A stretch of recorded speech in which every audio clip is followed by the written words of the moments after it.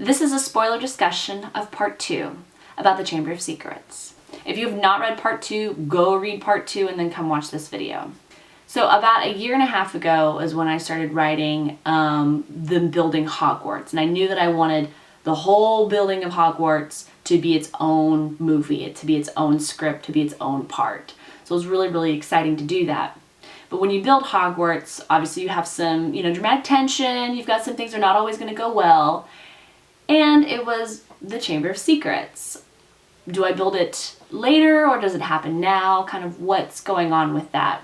So I remember reading in the books thinking that it sounded like the Chamber of Secrets was actually built later, like right before Salazar Slytherin had left, and he built it specifically to hold a basilisk to be opened later by the heir of Slytherin to rid all the mudbloods of Hogwarts. And that's what history tells us, but I have a feeling there's a lot more to the Chamber of Secrets than just that one very small aspect of it.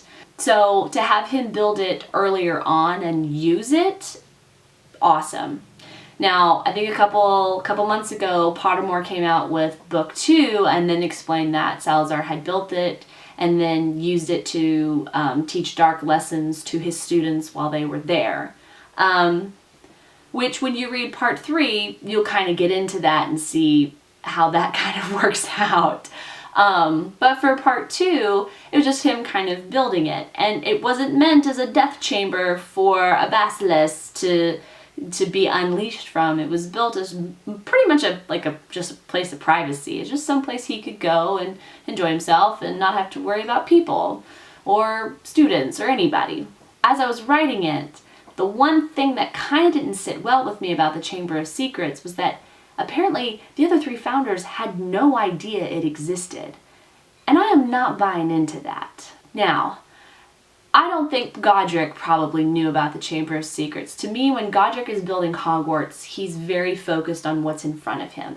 He only cares about the brick that he's laying up, the blue lines that are going up. He's not mindful about the entire project that's going on around him. So he probably won't notice a crate or 2 gone missing. He'll notice when the whole lot's gone, but things happen, things get moved, things get shifted, things get lost, things get stolen. It's probably not a big deal. He's going to move on with life.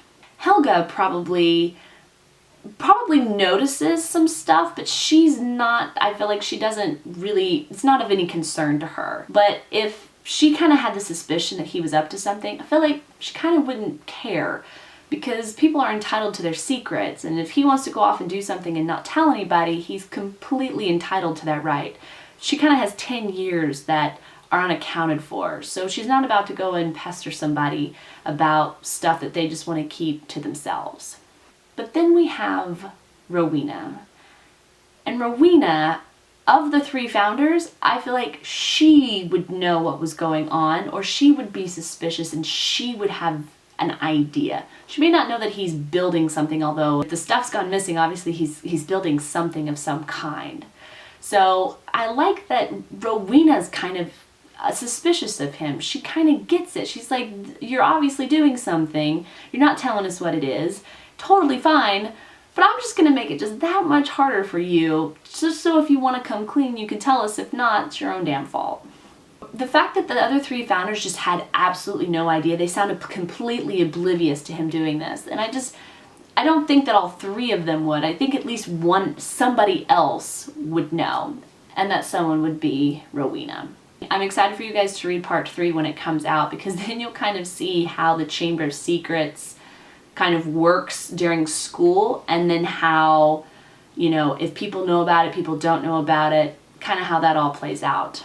But yeah, I was really excited to write about the Chamber of Secrets, because the first time I actually felt like I was at Hogwarts was when I wrote Interior Chamber of Secrets -day.